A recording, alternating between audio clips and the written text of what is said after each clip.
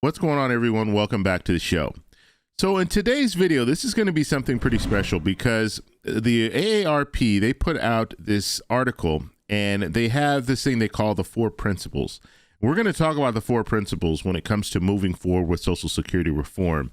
And I like this because it kind of gives you a guideline, because the AARP shows you what they think are the 4 principles, are the 4 things that we really need to be paying attention to when we hear these politicians talk about Social Security reform. So that's what we're going to focus on in this video. But first off, you guys can do me a favor. Please like the video, subscribe to the channel, hit that little bell notification, and then click all. We post daily videos here, so by clicking the bell notification and clicking all, you should be getting updated every day. And like always, please remember to follow me on Twitter at the TEC Show Live. Okay, so let's go ahead. I'll show you each principle, and then we're going to talk about each of these principles. The first principle here is any process looking at Social Security options should be transparent and provide substantial opportunities for input from the public and outside organizations. Now, this is important because for the most part, politicians are looking at Social Security reform and they're coming up with their own ideas. Are they really talking to the American people and finding out how they feel about certain things? Because I've mentioned this before when it comes to, let's say, raising the payroll tax, slightly raising it. So from 6.2% raising it up to, let's just say 7%. So every person who is working right now and paying into Social Security would, in their taxes, they would pay 7% instead of the 6.2% that they're currently paying. And then their employer would also pay 7%. Now that would allow more revenue to be collected by the Social Security Administration, and they can offer more benefits, as well as they can address this trust fund issue. So they can reform Social Security. And so I think that the vast majority of people would look at that and say, you know what, I've been paying into it all these years. I don't mind paying a little bit more if I get 100% or even more than 100%. Let's say they were able to provide a $200 raise. Then I think most people would say that that's okay. I'm okay with doing that. And so that's why these politicians really need to start talking to the American people and finding out what they think we should do when it comes to moving forward with Social Security reform. So I think this is right on. It should be transparent. We should know exactly what these politicians are talking about. We should have plans on paper, which we do. We only have one plan right now. Senator Bernie Sanders' plan is on paper. But other than that, we don't have any other plans that are on paper. We have a bipartisan group of senators that have been talking back and forth, but they haven't put anything on paper yet. It needs to be transparent. We need to know exactly what they're talking about when it comes to reforming Social Security. So I agree with that first principle. Now, the next principle, any proposals must reflect today's changing workforce and the dynamic economic and demographic shifts that make it harder for workers to save enough for retirement.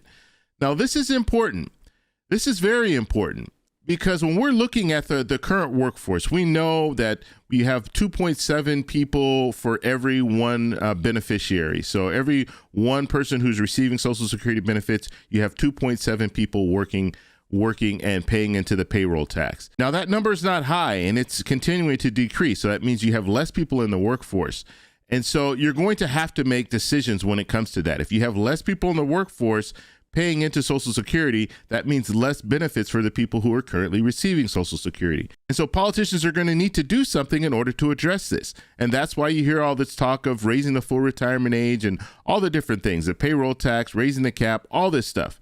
You're hearing that because you don't have as many people in the workforce. And so this is something that needs to be addressed. And they need to look at the reality here that you have less people working. And in the future, we're probably going to see even less people working with automation coming into play and AI and all this different stuff that we're hearing about. And so because we know that we're going to have less people in the workforce, we need to address that when it comes to Social Security reform. Because if you put a bill together and it doesn't have enough in order to be sustainable, let's say they do Social Security reform, but it's only sustainable for 30 more years, then they're just going to have to address this 30 years down the road. So you might as well build something that's solid and that can last for 50 years, like they did the last time when they reformed Social Security in '83. And so that's something that we should be focused on as well. Now, the next principle, all legislation to adjust Social Security should go through the regular order of congressional business and be done outside of the context of debt reduction. Okay, so this is important because we're hearing the debt ceiling debate right now, and we know that that's only going to heat up as it gets closer, and they're looking at summertime where they're going to need to raise a debt ceiling or we are going to default. And so this is something that's very, very important for us to focus on, because you have some politicians, even though they're saying right now they don't want to cut Social Security, they don't want to do this, they don't want to do that, but they're going to hold the debt ceiling hostage to get what they want. And so that could mean that you could see some cuts. And so you might not see cuts to benefits, but you might see cuts to the administration. So the Social Security Administration won't get the money that they need in order to hire more people, as well as to deliver on their promise to send out benefits. You might see the Social Security Administration struggle to get out checks to the American people when it comes to their benefits. So that could be something that we see coming down the road. And so what this principle is saying, look, you need to have this in regular order. You need to have a separate bill that addresses Social Security reform, and it shouldn't be affected by the debt ceiling or anything like that. And so this is something that we're going to hear more about in the future, because like I said, this debt ceiling, this is not going to stop, because this debt ceiling talk is only going to amplify in the coming months. And you're still going to hear some politicians wanting to tie the debt ceiling to some of the entitlement programs, as they would say. And so this is something that we definitely need to pay attention to as well. And so the last principle here, we oppose any attempt by Congress to sunset Social Security, so it has to be reenacted every few years. That would gravely threaten the benefits earned over a lifetime.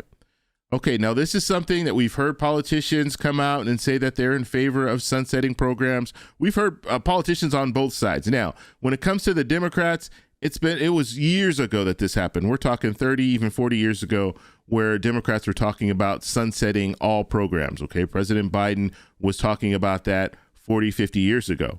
Now, Republicans, as of late, we have some Republicans that have been talking about this. And as recent as December of 2022, you had Senator Scott come out and say, yes, we should sunset programs every 5 years. You had some other politicians talk about sunsetting programs every year. Okay, when I say programs, I'm talking about all government programs. And so Social Security, Medicare included. And so when it comes to Social Security and Medicare, in my opinion, it should not be on the table. We shouldn't have politicians saying every 5 years we're going to look into the program and see if we need to make cuts. That should not be a thing, because just like we were talking about the debt ceiling and how politicians can't even come together to move forward with just paying our bills, they would do the same thing with Social Security and Medicare. Every 5 years, they would look at the program and you'd have politicians that would want to move forward, and then you'd have some politicians that don't want to move forward and they want to make cuts, and they would be negotiating back and forth, and that could result in some problems for Social Security beneficiaries moving forward. So I'm definitely against this whole sunsetting talk. We shouldn't have this. We should have politicians that understand, look, this program needs to be here.